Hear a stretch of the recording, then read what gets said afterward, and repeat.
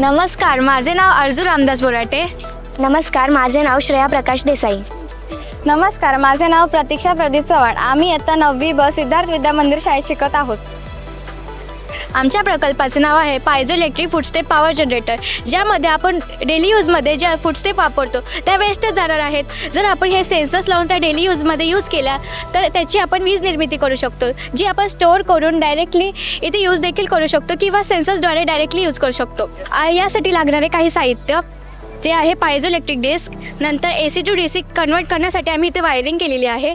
त्यानंतर हा इन्व्हर्टर, ज्यामध्ये आम्ही ही इथे जनरेट झालेली एनर्जी इथे स्टोअर केलेली आहे. त्यानंतर आपण हे इथे यूज करू शकतो. Piezo electric effect. Piezo electric साहित्य जसं की लीड, झिर्कोनेट, टायटॅनेट जेव्हा यांत्रिक ताण म्हणजेच मेकॅनिकल स्ट्रेस किंवा दाब दिला जातो तेव्हा त्याचे रूपांतर इलेक्ट्रिक चार्ज म्हणजेच विद्युत प्रभावामध्ये केला जातो, जसे की इथे केला आहे.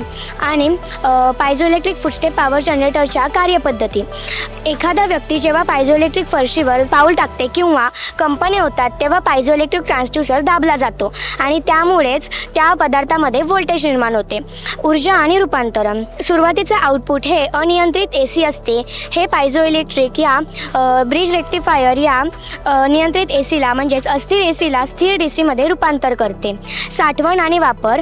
पायझो इलेक्ट्रिक फुटस्टेप पॉवर जनरेटरमध्ये सुरुवातीचे आउटपुट जसे की या अनियंत्रित DCला नियंत्रित करून त्यानंतर त्याचे 12 व्होल्टपर्यंत चार्ज करून त्याचा वापर कमी ऊर्जा लागणाऱ्या वस्तूंमध्ये केला जातो. आता आपण पाहूया याचे उपयोग.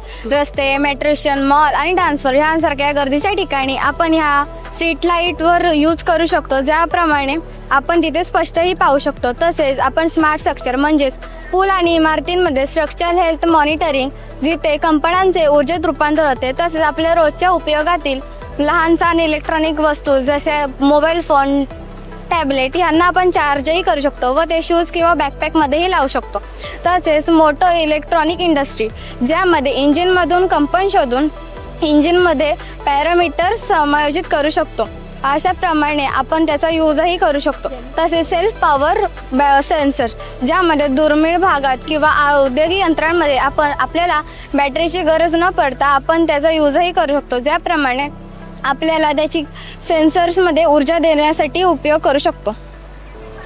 हा प्रकल्प पर्यावरणपूरक आहेत आणि याच्यामुळे कुठलीही हानी होणार नाही. जे पायझो इलेक्ट्रिक डिस्क असतात ते नॉईज पोल्युशन ऑब्झर्व करतात आणि आपण जर एअर प्युरिफायर इथे यूज केला तर आपण इथले एअर पोल्युशन देखील कमी करू शकतो. अशा प्रकारे हा कमी पैशात व खूप युजफुल प्रोजेक्ट आहे. हा प्रकल्प प्रायोगिक स्तरावर असल्याने गर्दीच्या ठिकाणी वापरल्याने अनेक बॅटरी चार्ज करता येतात.